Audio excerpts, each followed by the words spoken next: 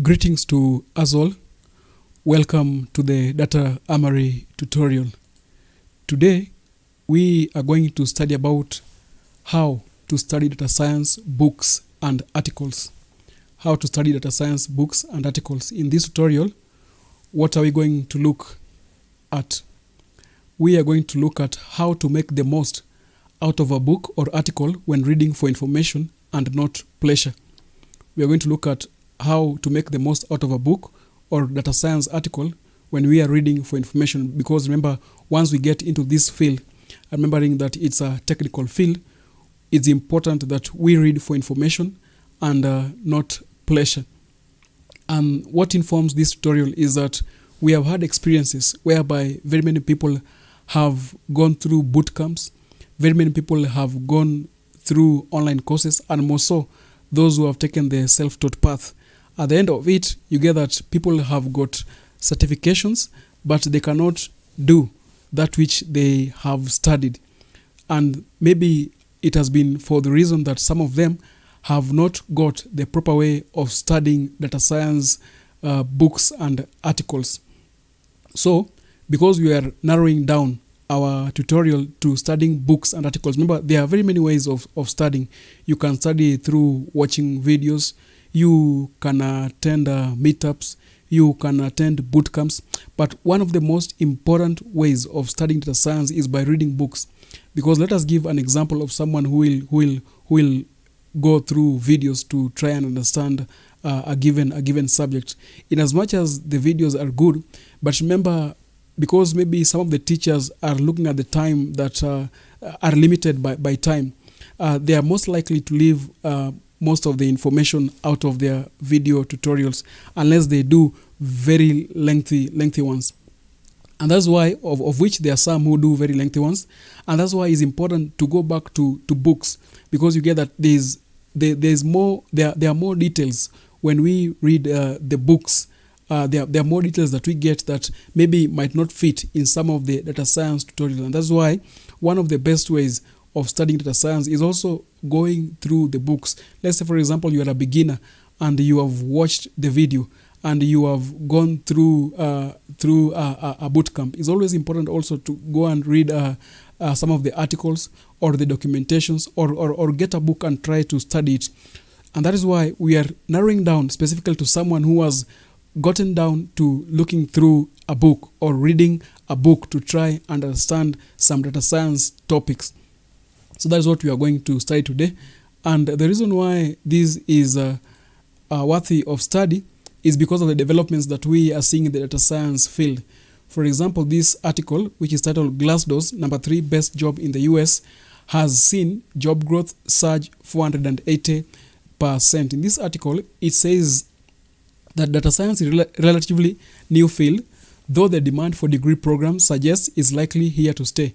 In the past decade alone, New York University established a Center for Data Science. MIT launched the Institute of Data Systems and Society.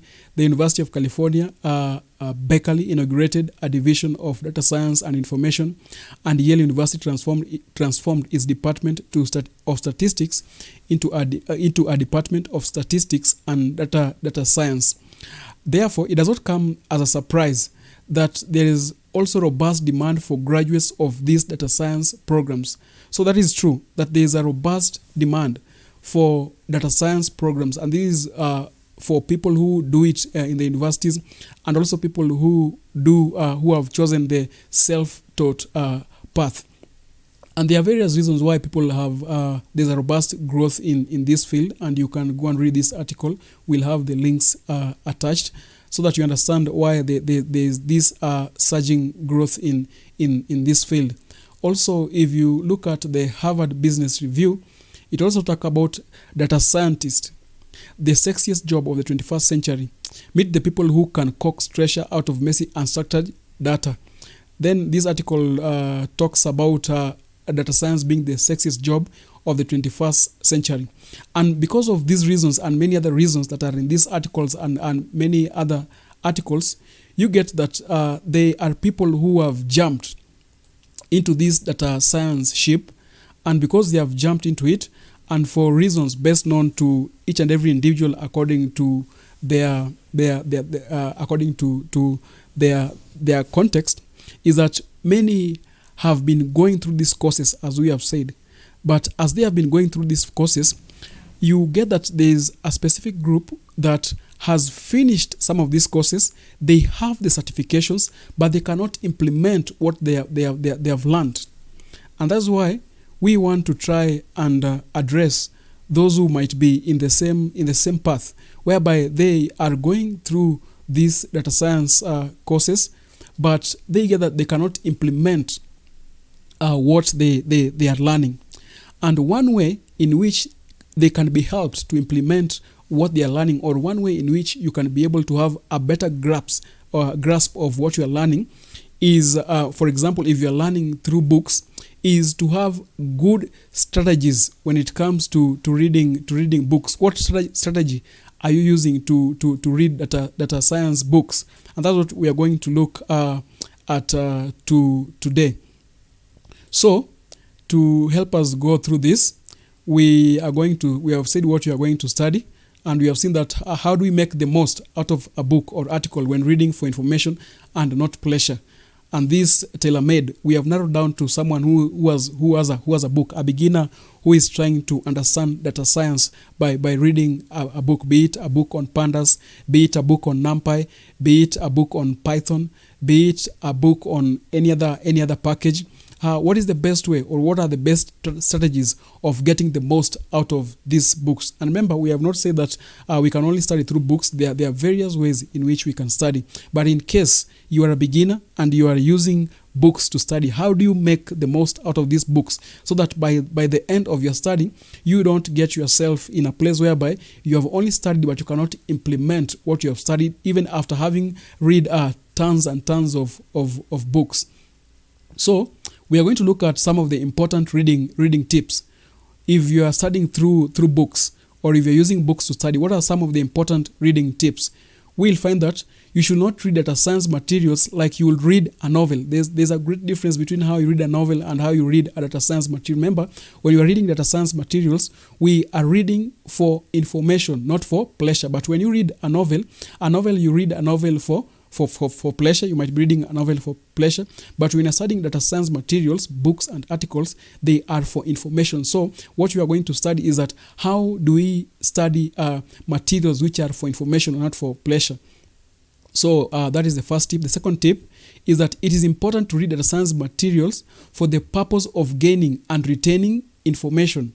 Yes, we should read for the purpose of gaining and retaining information. We should not read to finish, or we should not just read because every other person is reading. And that is why many people have found themselves at a place whereby they have read a lot, but they have not had a grasp of what they're reading. So it is important to read data science material for the purpose of gaining and retaining information. And remember, when we say that here, the main intention is to find out what happens as quickly as possible, because we also know that you need to get over these things as quickly as possible. And that's why the strategy that you should use is that you should make haste slowly. You make haste, yes, but you make haste slowly, because there's a lot that you need to study. And some some have been caught in the rabbit hole of making haste and not understanding anything. So the main intention is to find out what happens as quickly as possible when you're reading data science resources. Another important reading tip is that the main intention of reading should be to discover, to understand, and to remember. When you get a resource, when you get a book, your main intention should be to discover, to understand, and to remember. Not just to finish, but to discover, to understand, and to remember. And that's where we are going to look at some of the reading strategies that you can employ for you when you're reading through data science articles and data science books. So there are some strategies that we have here, and we are the source that we are using for this is this article by Paul N. Edwards, How to Read a Book. How to read a book. So we are going to look at some of the strategies of how to read a book and implement these strategies when reading data science books and articles, so that we don't get ourselves again in that situation whereby we have read multiples or various books, but we have forgotten everything, or we cannot implement what we have read in those books. So let us look at some of these strategies which are very important when reading data science articles or materials. So some of these strategies are like, here is a summary of reading strategies and techniques. So one is that you should read the whole thing. What does it mean to read the whole thing? Is that major arguments and evidence matter more than details. Grasping the structure of the whole is more important than reading every word. So reading the whole thing will help you grasp the structure. And when you have a grasp of the structure, now you at least you have an entry path into the nitty-gritties of the book. So if I have a book, if I have an article, it's always important to grasp the whole thing. And by the way, you get that this is the same problem that we find even those who do videos. And next time we'll also do how to go through these data science videos. If you are self-taught and you are learning through videos, you get that one of the challenges that we find there is that someone will begin an online tutorial and will not finish. So you get that very few people will finish, and you get that some of the teachers who give these tutorials, one of the issues that they have with the students who enroll for these tutorials is that they enroll but they don't finish. And the same happens to books. Someone begins a book and does not finish, or someone finishes a book and does not get what they're supposed to get. So here we have seen that it's important to read the whole thing. If it's a book, it's important to read the whole book, to read the whole book, so that at least we have a structure, which is more important than reading every word. And we'll continue and understand that it's not only important to have the structure, but it's also important to have the details. So strategy number 2 is you should decide how much time you will spend. Real world time is limited, that is true. And more so in this busy world, is that real-time world is limited. And because real-time world is limited, many have read not to understand, but to finish. And now when they get to real world problems, they cannot do them because they only read to finish and they don't read to understand and grasp and remember. And that's why you should decide how much time you'll spend. In as much as you might have a fixed schedule, or you might have a busy schedule, planning out what you're going to do is very important. And that's why if you know exactly how long you can actually spend on reading, you can plan how much time you devote to each item. Strategy number 3 is that you should have a purpose and a strategy. You should have a purpose and a strategy. You'll enjoy reading more and remember it better if you know exactly why you are reading. So that's why it's important to know when you get into the data science field, when you are reading books and articles, and even when you are going through online tutorials or online courses, you will only enjoy it more if enjoy doing what you are doing if you remember it better and if you know exactly why you are doing what you're reading. So that's another important strategy. Another strategy is that you should read actively. Never rely on the author's structures alone. Move around in the text. Follow your own goals. Never rely on the author's structures alone. Move around in the text and follow your own goals. And that's why it's also important let us digress a bit.